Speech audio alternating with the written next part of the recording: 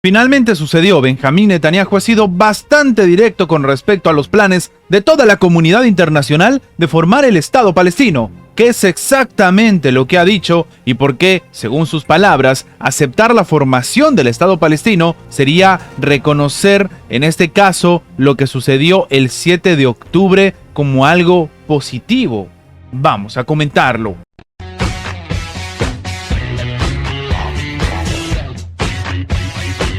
El primer ministro de Israel, Benjamín Netanyahu, ha rechazado el jueves por la noche cualquier reconocimiento internacional de un Estado palestino y aseguró que esta iniciativa ofrecería una enorme recompensa al terrorismo. Así como lo están escuchando, en el marco de las negociaciones para poner fin a la guerra entre Israel y Hamás en la Franja de Gaza, el diario The Washington Post ha evocado que Estados Unidos y varios países árabes están trabajando en un plan para una paz duradera en el conflicto palestino-israelí. El problema es que este plan, que sus responsables esperan poder acordar antes del inicio del Ramadán del 10 de marzo, contempla un alto al fuego al menos 6 semanas y la liberación de los rehenes tomados por Hamás en el ataque que se llevó en el sur de Israel el 7 de octubre. También, y aquí empiezan los problemas, establece un calendario para el establecimiento y reconocimiento de un Estado palestino. Y, según dice el periódico, que cita a responsables estadounidenses y de países árabes, esto sería una realidad.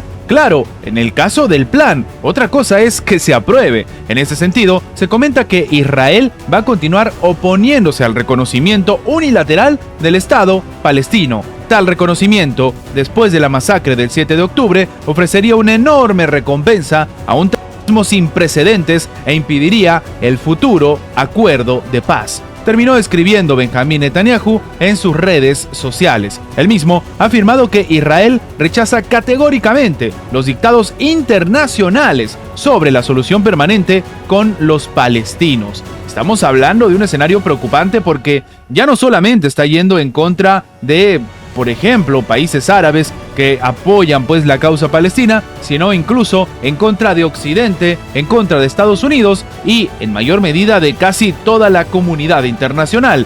Ahora, lo que llama la atención es que el propio Netanyahu ha dicho que, oye, un acuerdo de paz debe salir de negociaciones directas sin condiciones previas. Dos influyentes ministros de Israel de extrema derecha, en el caso de Itamar Ben-Gvir, que es de Seguridad Nacional, y Bezalel Smotrich, de Finanzas, ya habían expresado su oposición a este plan, pero ahora es diferente porque lo está haciendo el primer ministro e incluso está cargando contra el propio Estados Unidos. Un escenario bastante doloroso que no solo muestra lo que habíamos comentado, ¿no? Que había reducido de alguna manera la zona de influencia de Estados Unidos, sobre todo sobre Israel, pero en este caso, como la propia administración de Benjamín Netanyahu está yendo en contra de sus propios aliados. Lo que había dicho previamente Smotrich, que como hemos comentado es el propio ministro de Finanzas, es que nunca van a hacer algún tipo de acuerdo a un plan así, que en realidad dice que los palestinos merecen una recompensa por lo que hicieron. Esto es lo que escribió en las redes sociales. En el mensaje, el ministro aseguró que un Estado palestino es una amenaza existencial para el Estado de Israel,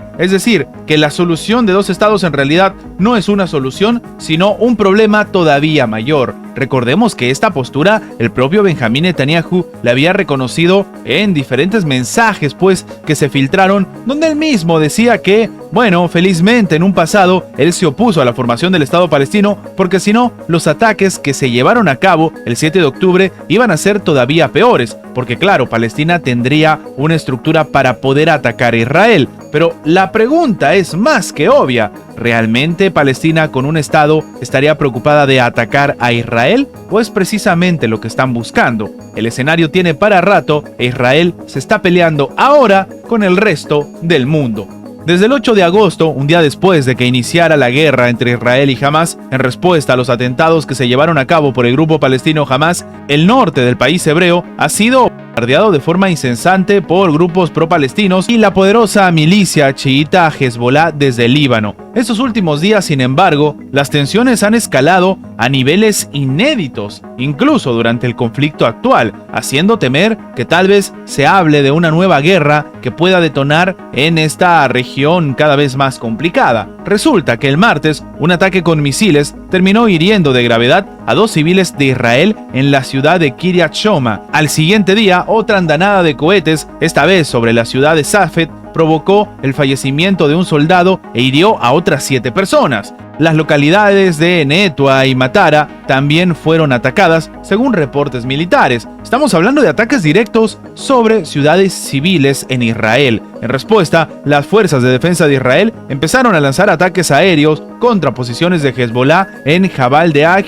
en Dunin, en Astrid y en Soanech. Entre ellas se habla pues de bases militares, operaciones de control y otras infraestructuras. ¿Cuál es el tema? En total, durante estos 4 meses de enfrentamientos, se han registrado al menos 261 fallecidos, 19 del lado de Israel y 242 del lado libanés, en la frontera entre ambos países. Además, unas 160.000 personas han sido desplazadas de ambos lados, no solamente del Líbano, sino también del propio Israel, y tomando en cuenta que esto debido a los enfrentamientos que están sucediendo y son cada vez más agresivos en la frontera. A esto se suma que el secretario general de Hezbollah, Hassan Nasrallah, ha asegurado que cientos de miles de colonos no van a regresar a sus casas en el norte de Israel a menos que termine el conflicto en Gaza. Es decir, estamos hablando de amenazas directas e incluso acciones que antes no habían sucedido. El ministro del Interior de Israel, el ultranacionalista Itamar Ben-Gvir, había asegurado en sus redes sociales que esto ya no es un goteo de cohetes, sino una guerra directa. Básicamente una declaratoria dolorosa, pero que algunos países, sobre todo aliados de Israel,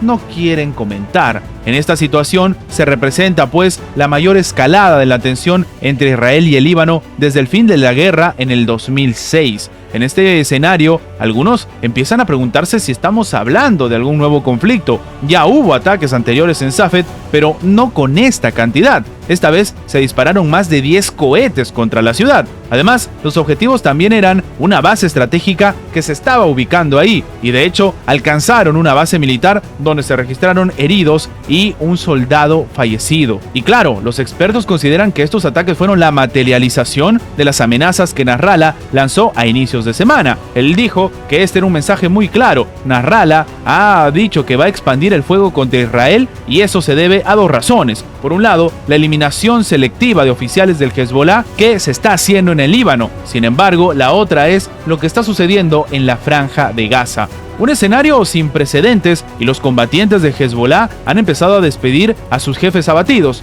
jurando que se van a vengar. Esto, si no es un conflicto armado a gran escala que se puede vivir contra Israel, en este caso con otro grupo armado que no es poca cosa, sencillamente demuestra lo que se está viviendo en esta parte del mundo. Y sí, un nuevo conflicto armado ya es una realidad. Y ojo, dicho por el propio Israel. Antes de terminar, los invitamos a que se hagan miembros del canal para que, además de tener acceso a la pestaña de comunidad donde publicamos muy a nuestro estilo las diferentes situaciones que suceden en la geopolítica actual con diferentes artículos y, como siempre, sin seguir ninguna agenda como hacen algunos medios tradicionales, también van a tener acceso previo a poder ver los videos antes de su publicación en las horas normales, en una forma de agradecerles a todos los que hacen posible el mantenimiento de este proyecto. De nuevo, por solamente $1.99 tienen estas ventajas en forma de agradecimiento por apoyar a mantener este proyecto. Sin más que agregar, nos vemos en la próxima.